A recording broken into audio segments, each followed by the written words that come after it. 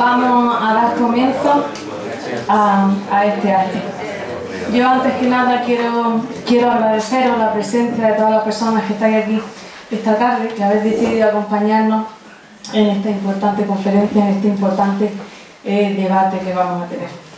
Enmarcamos este acto dentro del 76 aniversario de los crímenes de la carretera de Almería, de Málaga a Almería.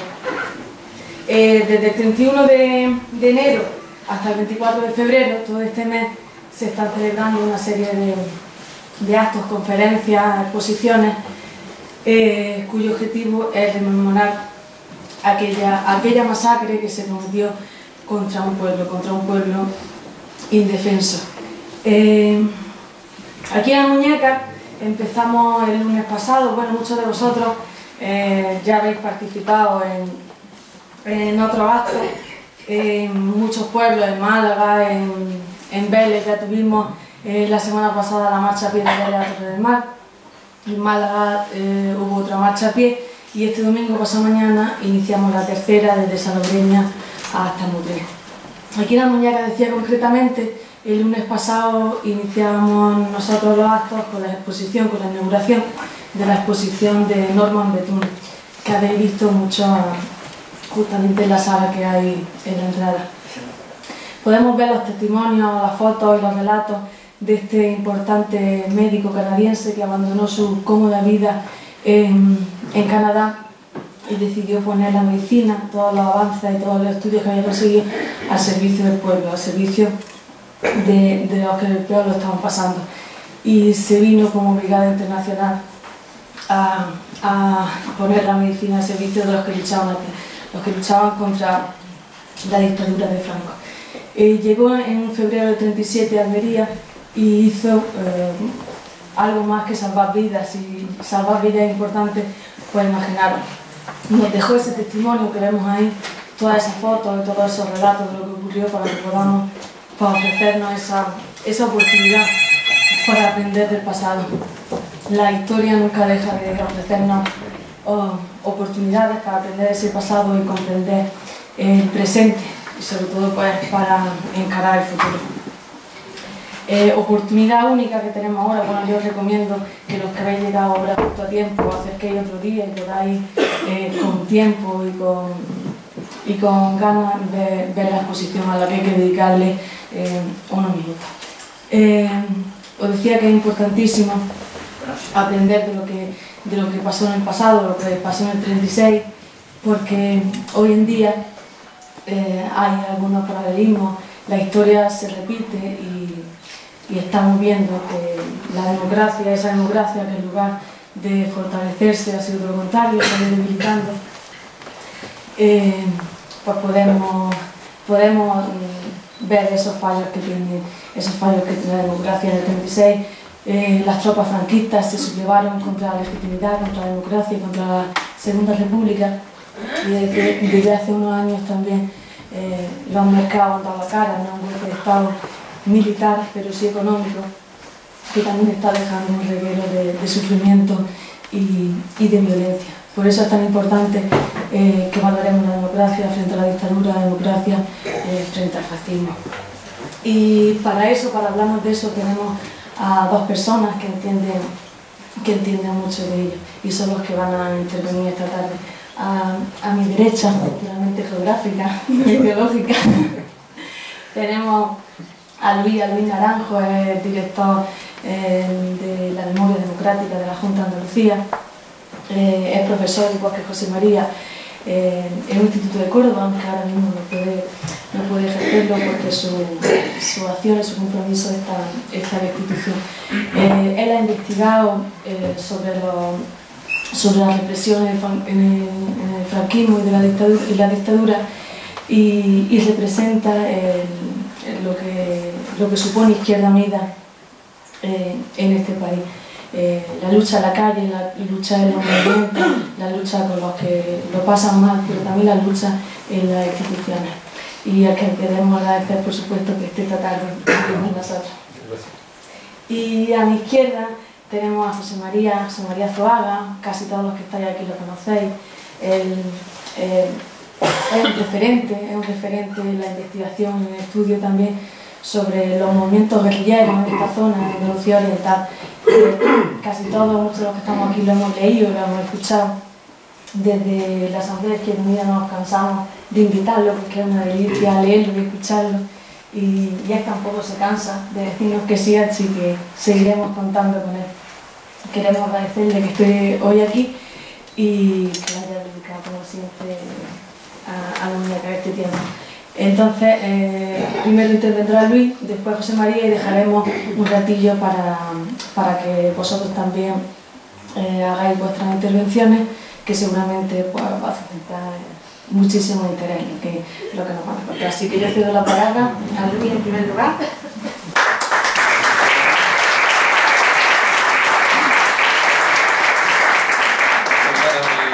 Primero, saludaros a todos y a todas como compañeros y compañeras. Decir que para mí, yo digo sinceramente, un placer y un honor estar aquí hoy representando a la Junta de Andalucía y colaborando en la medida de nuestras posibilidades en que este auténtico genocidio, este auténtico crimen de lesa humanidad que fue la desbandada, la carretera de la muerte, el éxodo de población civil indefensa de la Málaga castigada por el fascismo a la Almería republicana, sea conocido más temprano que tarde, esperemos que muy pronto, como un símbolo de la brutalidad del fascismo y de la lucha y de la resistencia de los demócratas, porque la memoria histórica ha puesto demasiado tiempo el énfasis en el victimismo, en las víctimas, que es cierto que fueron miles y miles de todo tipo, ¿no? De asesinatos, violaciones, que voy a contar los que no sepáis, pero yo creo que ya es el momento de poner también el acento en la resistencia del pueblo, porque eso fortalece nuestra identidad como demócratas, nos refuerza nuestra convicción de ciudadanos libres y sobre todo rompe el mito de la transición a partir del cual fue, digamos, la bondad de los nietos de los vencedores junto a un monarca clarividente que nos trajo esta paz y esta especie de restauración alfonsina en la que ahora vivimos, ¿no? Yo me gustaría empezar por leeros con mucha brevedad, porque es un párrafo breve, el comienzo de un libro que aún no ha salido de imprenta, pero tengo el permiso para leerlo del autor, para mí un maestro de historiadores, como es Francisco Moreno Gómez, que ha investigado, dedicado su vida entera a la cuestión de la guerrilla en Sierra Morena y al genocidio franquista en el conjunto de Andalucía, ¿no? Digo porque tiene mucho que ver con el tema de Málaga y con el silencio que aún se cierne sobre lo que aquí pasó, ¿no?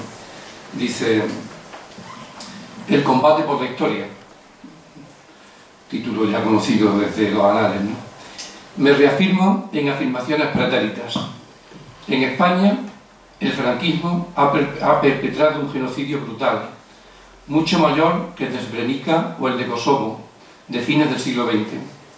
Entrados ya en el siglo XXI, perviven rarezas e inercias que se pasan de castaño oscuro, no solo en el campus universitario, en el sentido de que la universidad ha mirado demasiado tiempo a otro lado, en relación con la memoria, sino también en la sociedad y en el marco político general. En los conocidos 8 estadios del genocidio de Gregory Stanton, el octavo de ellos, con 7 fases, el octavo de ellos hace referencia a la estrategia de la negación sistemática de los crímenes cometidos.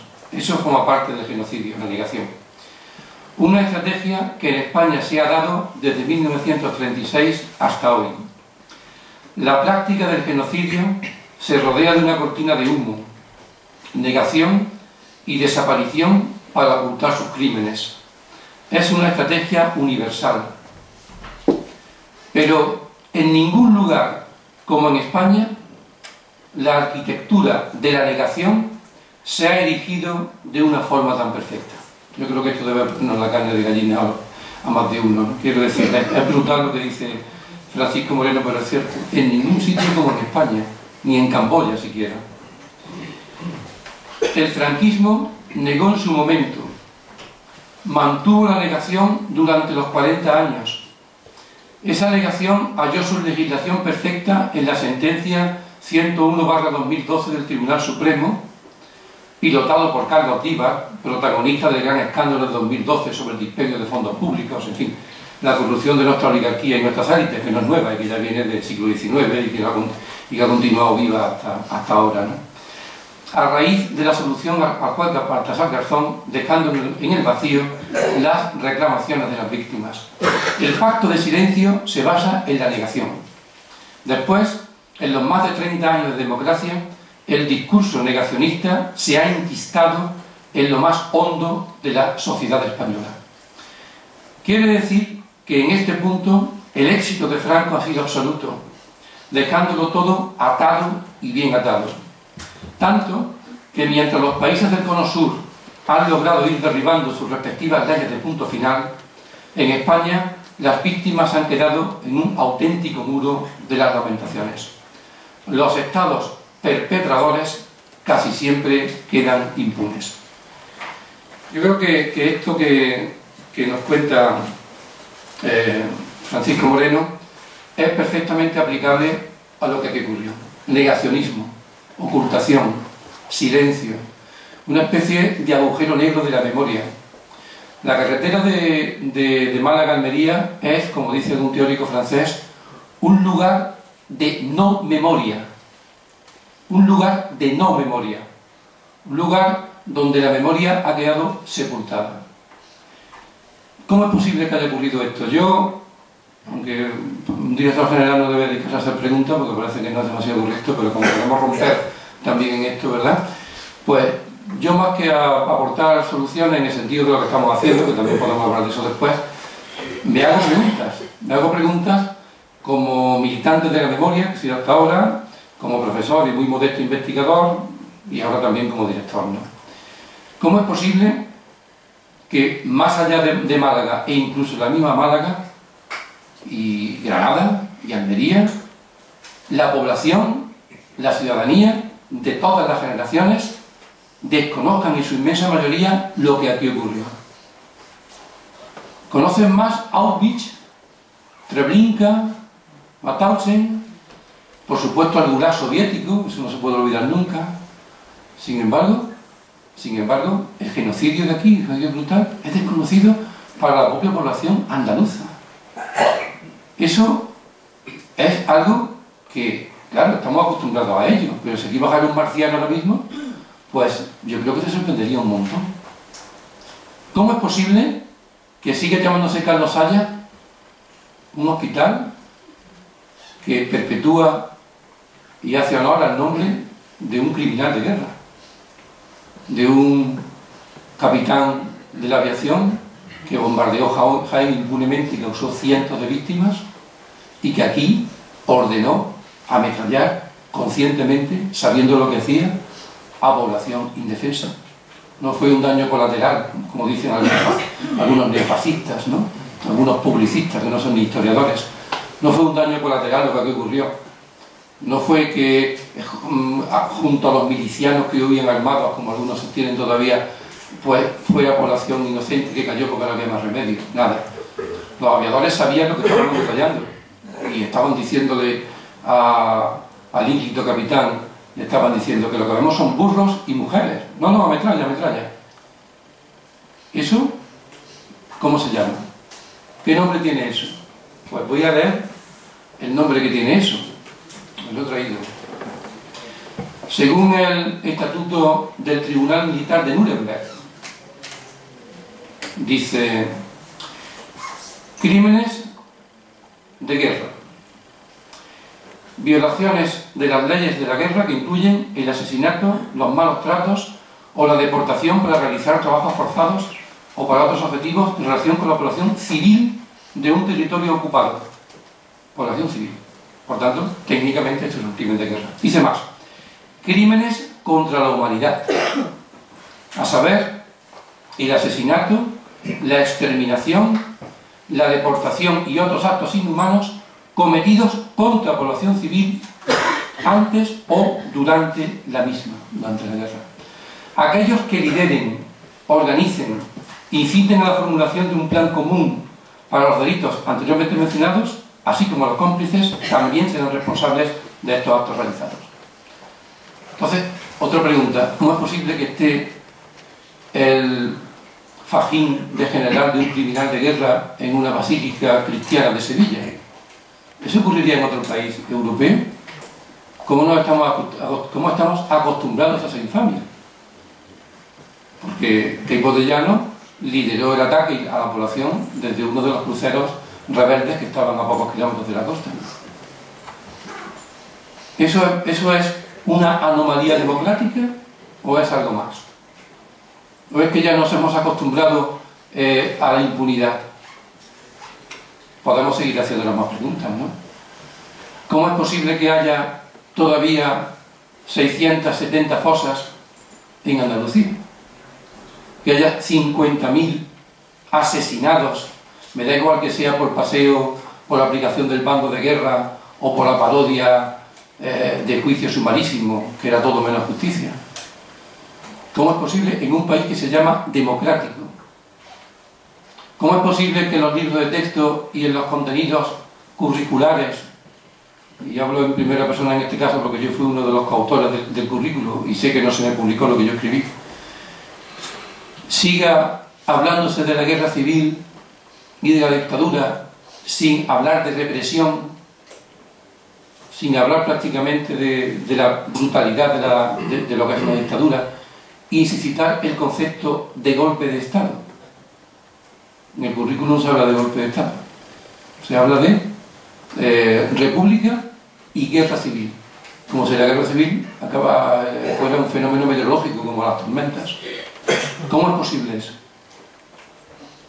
La pregunta, ¿cómo es posible? Y sería quizá un poco ya la hipótesis de respuesta, que durante tantos años toda la cuestión de la memoria, toda, haya caído en los hombros de hasta familiares, asociaciones de víctimas, asociaciones de investigadores, muchos de ellos autodidactas locales, y poco más.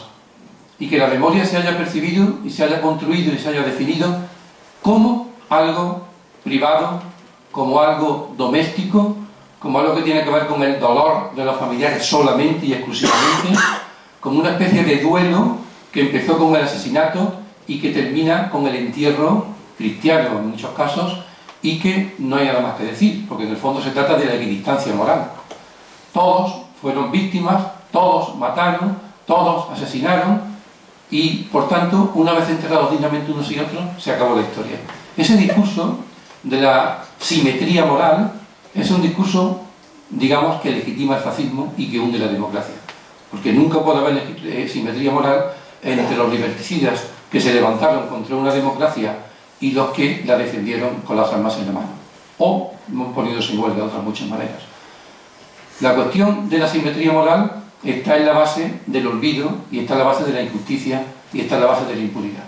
Y una de las cuestiones que tenemos que romper ya, porque es una injusticia para las víctimas y también para nosotros, para los ciudadanos que hoy día seguimos defendiendo las ideas de libertad y de justicia, no solamente de libertad, de igualdad, que defendió la República. ¿Cómo es posible